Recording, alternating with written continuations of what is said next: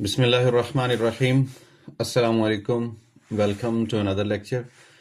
Exercise 4.1 का question number 2 और इसकी स्टेटमेंट है कि फैक्टराइज एंड रिप्रेजेंट पिक्टोरियली, यानी ये जो आपको चार पार्ट्स नज़र आ रहे हैं इनकी हमने क्या करनी है, पहले तो इनको फैक्टराइज करना है और फिर जो इनकी फैक्टराइजेशन होती है उसको ये वाला मैं पार्ट की बात कर रहा हूँ, इस पार्ट की, इन पार्ट्स की। तो आपने इनकी फैक्टराइजेशन को क्या करना है, डायग्राम के ज़रिए ज़ाहिर भी करना है कि आखिर ये क्या शो कर रहे हैं, क्या ये सर्कल को शो कर रहे हैं, क्या ये रेक्टेंगल को शो कर रहे हैं या स्क्वायर को शो कर रहे हैं, इनके जो फैक्टर्स हैं वो। तो हम क्या करेंगे, पहले तो इनको फैक्टराइज करेंगे जैसे क्वेश्चन नंबर 1 के अंदर हमने सीखा, और फिर जब ये फैक्टराइज हो जाएंगे फिर उसके बाद हम इनकी डायग्राम बना के देखेंगे कि ये आखिर में क्या चीज़ है।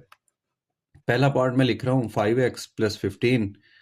अब इसको हम फैक्टराइज अगर करना चाहें तो सबसे पहले तो जो कॉफिशेंट होता है यानी गिनती है उसको देख लें कि वो कौन से टेबल को कवर कर रहे हैं दोनों नंबर्स।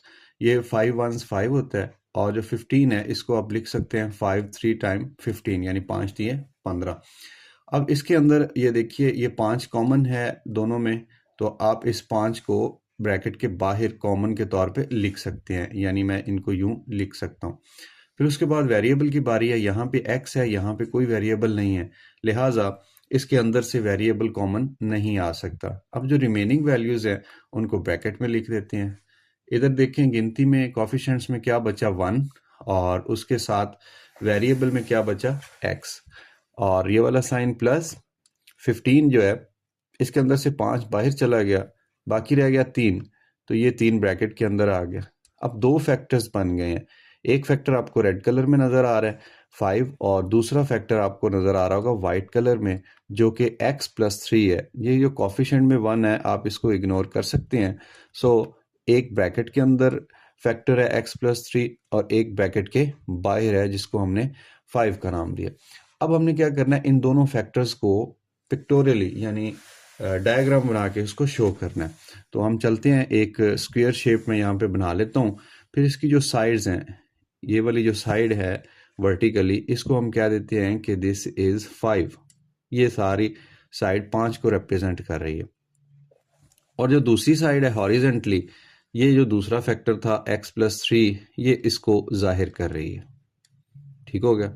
अब इसमें फिर मजीद हम ऐसा करते हैं कि यहाँ तक का जो पोर्शन है, क्योंकि ये दो इसके अंदर शामिल है ना टर्म्स, एक x है एक +3 है, तो यहाँ तक वाली को जो x कह लेते हैं और जो बाकी वाली को 3 कह देते हैं, दोनों ऐड होंगी तो ये x + 3 पूरी साइड बन जाएगी स्क्वायर की। अब होगा क्या, हम देखते हैं कि इसके अंदर ये देखिए, जब हम इस 5 को इस x से मल्टीप्लाई करेंगे, आपने पढ़ा हुआ है ना एरिया मालूम करने का फार्मूला, लंबाई ज़रब चौड़ाई, तो ये लंबाई इसकी x है और ये जो ऐसे नज़र आ रही है इसको लंबाई कह लें, इसको लंबाई कह लें, आपकी मर्जी है। दोनों को मल्टीप्लाई करेंगे तो जो एरिया है वो बनेगा 5x। तो ये जो आपको शेप नज़र आ रही है ऐसे, ये वाली, ये एक रेक्टेंगल है, 5x बन गया। इसी तरह 5 को जब 3 से ज़रब देंगे तो एरिया बनेगा 15, तो दूसरी रेक्टेंगल ये है। तो क्या पता चला हमें कि ये ओवरऑल तो एक स्क्वायर था लेकिन इसके अंदर दो रेक्टेंगल्स थी। एक रेक्टेंगल का एरिया 5x था, दूसरी रेक्टेंगल का एरिया 15 था। तो बेसिकली ये दो रेक्टेंगल्स का सम है, या आप कह लें कि ये जो फैक्टर्स थे ये रेक्टेंगल्स को शो अप कर रहे हैं। तो ये था हमारा पार्ट नंबर 1। इसी तरह हम चलते हैं पार्ट नंबर 2 की तरफ। पार्ट नंबर 2 की स्टेटमेंट के अकॉर्डिंग इसकी वैल्यू है x² + 4x एंड +3। इसको अगर हम फैक्टराइज करें तो कॉमन वाले मेथड से ये नहीं होगा, कुछ भी कॉमन नहीं आ रहा तीनों रकमों में से। फिर हम क्या कर रहे हैं, इसको मिडिल टर्म ब्रेक करने वाले फार्मूले से सॉल्व कर लेते हैं। कैसे, इसको हम ब्रेक करें दो ऐसे नंबर्स के अंदर कि उन्हें बाद में ऐड करें तो 4x बने, तो ये 2 + 2 4x बन गया। लेकिन अगर आप इनकी प्रोडक्ट देखें, 2 को 2 से ज़रब दें तो 4 बनता है, जबकि हमें प्रोडक्ट में चाहिए 3 चाहिए। ठीक है, तो 3 तो नहीं बन रहा। फिर हम क्या करेंगे, नज़रसानी करेंगे, ये जो हमने अपने नंबर्स लिए थे इनको ब्रेक करते हुए, तो इसको हम 3 एंड 1 ले लेते हैं। अब देखिए 3 को 1 में जमा करें तो ये 4 बनता है, और दोनों को अगर ज़रब दें तो ये बन जाएगा 3x² जो कि a और c का प्रोडक्ट है। तो बिल्कुल ठीक, हमने इसको मिडिल टर्म को ब्रेक कर लिया। अब पेयर बना लें। इस जोड़े में से पहली दो रकमों में से x कॉमन आ रहा है, x को कॉमन ले लिया, बाकी x बच गया अंदर, और इस रकम में से 3 बच गया, क्यों कि ये वाला x कॉमन के तौर पे जा चुका है। इन दो टर्म्स के अंदर से कॉमन कुछ नहीं आ रहा, यानी कि हम 1 लिख सकते हैं कॉमन के तौर पे। बाकी वैल्यूज कौन सी रहेगी, x रहेगी और ये 3 रहेगी। मिडिल टर्म ब्रेक करने वाला जो फार्मूला है उसमें हमेशा ब्रैकेट के अंदर एक जैसी रकमें बना करती हैं। तो ये आ गया जनाब x + 3, रिमेनिंग वैल्यूज ये वाली x और ये वाली 1, इनको इकट्ठा करके हम लिख देते हैं x + 1।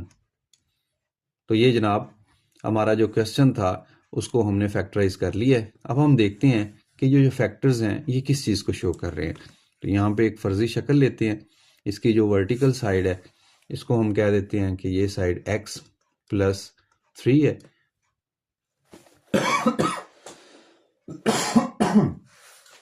Excuse me. फिर मज़ीद इसको हम डिवाइड करते हैं, इस लाइन को हम कहते हैं कि ये वाला जो इतना पोर्शन है ना इसका ये x है, और ये ऊपर वाला ये 3 है। दोनों को ऐड करेंगे तो ये x + 3 साइड बन जाएगी। तो मज़ीद ये जो नीचे वाली साइड है इसको हम देखते हैं, तो इसमें दूसरा फैक्टर लिख लेते हैं, ये x है + 1 है। तो ये जो लाइन है रेड कलर में आपको शो कर रही है x + 1, मतलब ये जो नीचे वाली साइड है स्क्वायर की ये आपको x + 1 की फॉर्म में नज़र आ रही है। इसका इतना पोर्शन हम इसको सिर्फ x कह लेते हैं, और जो बाकी है उसको हम 1 कह लेते हैं, ठीक है, x क्योंकि अननोन है। अब इसकी मज़ीद पार्टीशन अगर हम करें तो ये x वाला पोर्शन आ गया, ये सारा ऊपर की तरफ ये जा रहा है। और फिर दूसरा अगर हम करें पार्टीशन ये वाली x, तो इनका प्रोडक्ट करने से हमें कुछ स्क्वेयर्स मिल रहे हैं, कुछ रेक्टेंगल्स मिल रही हैं। इस x को इस x से ज़रब दें तो ये बन जाएगा x²। देखें वैसे भी स्क्वायर शो हो रहा है, और जो शक्ल है इसकी वो भी स्क्वायर शेप बनी है। इस x को इस 1 से ज़रब दें तो वही जो रेक्टेंगल वाला फार्मूला होता है, लंबाई ज़रब चौड़ाई, इन दोनों को ज़रब दिया तो स्क्वायर बन गया। इस लंबाई को इस चौड़ाई से ज़रब दिया तो x1 x बन गया, जो कि एक रेक्टेंगल शो हो रही है। और फिर ये x को इस 3 से ज़रब देंगे तो ये 3 टाइम ऑफ x, ये भी एक रेक्टेंगल बन रही है। फिर 3 को 1 से ज़रब देंगे तो 3 1 3, तो ये भी एक आपके पास रेक्टेंगल शो हो रही है। ठीक है, तो पता चला, सॉरी ये रेक्टेंगल नहीं, ये स्क्वायर शो हो रहा है। तो पता चला कि ये वाले जो फैक्टर्स हैं ये 2 स्क्वायर्स थे और इसके अंदर 2 ही रेक्टेंगल्स शामिल थी। तो इसका हमने डायग्राम बना लिया। नेक्स्ट क्वेश्चन की तरफ चलते हैं, पार्ट नंबर 3, और उसकी स्टेटमेंट मैं लिखता हूँ। स्टेटमेंट है जनाब x² + 6x + 8। अब इसमें भी कुछ कॉमन नहीं आ रहा, लिहाजा मिडिल टर्म ब्रेक करते हैं। इस 6 को हमने 2 हिस्सों में ऐसे ब्रेक करना है कि इन्हें ऐड करें तो बने 6x, और उन्हें मल्टीप्लाई करें तो बने 8x²। तो ये देखिए मैंने क्या किया, इस 6 को 2 हिस्सों में ऐसे ब्रेक किया कि 4x और 2x दोनों को ऐड करें तो 6x बनता है, मल्टीप्लाई करें तो 8x² बनता है। जी बिल्कुल ठीक है। 8x² क्यों? क्योंकि फार्मूला मिडिल टर्म का हमें बताता है a और c का प्रोडक्ट होना चाहिए। जो रकम x² के साथ होती है उसको a कहते हैं, और जो कांस्टेंट होता है उसको c कहते हैं। तो ये 8 ही बनता है, 8 1 8। अब पहली दो रकमों में से x को कॉमन ले लें, बाकी क्या बच गया, x प्लस x कॉमन जा चुका है, रिमेनिंग वैल्यू इज 4। एंड इधर अगर देखें 2 कॉमन आ रहा है, x प्लस 2 को 4 से ज़रब दें तो 8 बनता है, ठीक है। तो ये ब्रैकेट सेम होगी, x + 4 दोनों ब्रैकेट्स के अंदर मौजूद है, और बाकी वैल्यू कौन सी बची, इधर से x बची और इधर से +2 बची, x + 2 आ गया। अब इनको हमने पिक्टोरियली इन दोनों फैक्टर्स को शो अप करना है कि ये क्या चीज़ बना रहे हैं। तो सबसे पहले तो एक ये शेप आ गई, फिर उसकी एक साइड, फिर उसकी दूसरी साइड। अब मैं क्या करूँगा, इस एक साइड को पहला फैक्टर शो कर लेते हैं x + 4, और इसको हम दूसरा फैक्टर यानी x + 2। अब इसकी मज़ीद अगर हम डिवीजन करें तो मज़ीद डिवीजन के अंदर मैं इस हिस्से को यहाँ तक वाले को x कह देता हूँ, और ये वाला 2 आ गया। तो ये इन दोनों को ऐड करेंगे तो पूरी लाइन बन जाएगी x + 2। इस साइड को देखें तो ये मैं नुक्कर में x रख लेता हूँ, ऊपर मैं 4 रख लेता हूँ, यहाँ तक x का एरिया ले लेते हैं। और अगर इन्हें हम मिलाएं, आपस में ज़रब दें, तो ये क्या बनेगा, ये वाला x इस x से ज़रब होके बन जाएगा x स्क्वेयर। तो ये एक स्क्वेयर बन गया, इसका एरिया आ गया। फिर ये वाला x इस 2 से ज़रब होगा तो ये बन जाएगा 2 टाइम ऑफ x, जो कि एक रेक्टेंगल को शो कर रहा है। इसी तरह 4 को जब हम x से ज़रब देंगे तो ये 4 टाइम ऑफ x एक रेक्टेंगल है, फिर 4 टाइम ऑफ 2 ये 8 आ जाएगा। समझ लगी? तो ये जनाब रेक्टेंगल्स ही हैं, इसके अंदर सिर्फ एक स्क्वायर था x स्क्वायर, बाकी 3 रेक्टेंगल है। एक का एरिया 4x है, दूसरे का एरिया 2x है, तीसरे का एरिया 8 है।